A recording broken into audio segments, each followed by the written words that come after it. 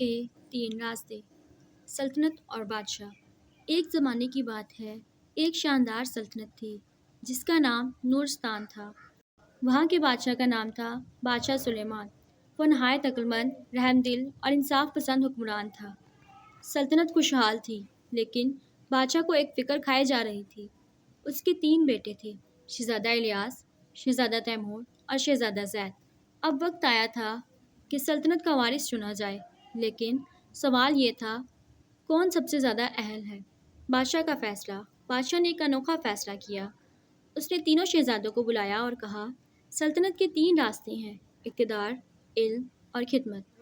تم تینوں ان راستوں پر جاؤ اور واپس آ کر بتاؤ تم نے کیا۔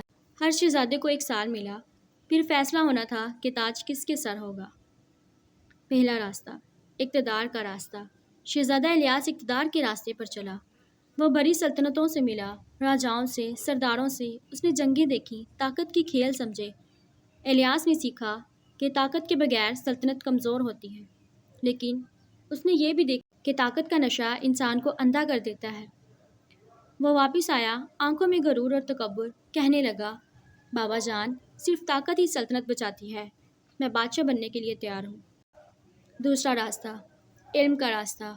شہزادہ تیمور علم کے راستے پر چلا۔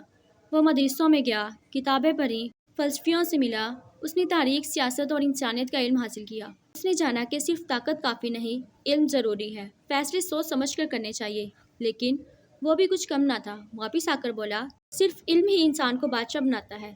مجھے تاج دو، میں راج کروں گا۔ تیسرا راستہ، خدمت کا راستہ۔ زید سب سے چھوٹا تھا، لیکن دل کا سب سے نرم۔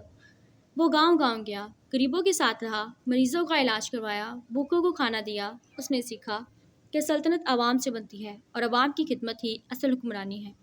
جب وہ لوٹا، اس کے کپڑے سادہ تھے، چہرے پر عاجزی تھی۔ اس نے کہا، بادشاہی کا حق اس کو ہے جو عوام کا خادم ہو۔ میں نے بادشاہی سے زیادہ انسانیت کو اپنایا ہے۔ بادشاہ کا امتحان اور فیصلہ۔ بادشاہ نے تینوں کو غور سے سنا، پھر ایک مسکراہٹ کے ساتھ بولا، الیاس، تم نے طاقت دیکھی، تیمور، تم نے علم حاصل کیا، زید، تم نے دلوں کو جیتا، لیکن ایک بادشاہ کو تینوں راستے چلنے آتے ہوں۔ پھر اس نے تاج اٹھایا اور سب کو حیران کر کے کہا، تم تینوں مل کر سلطنت کے وارث ہوگے۔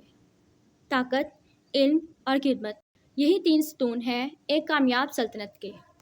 انجام۔ ایک نئی شروعات۔ سلطنت کو اب تین شہزادے چلا رہے تھے۔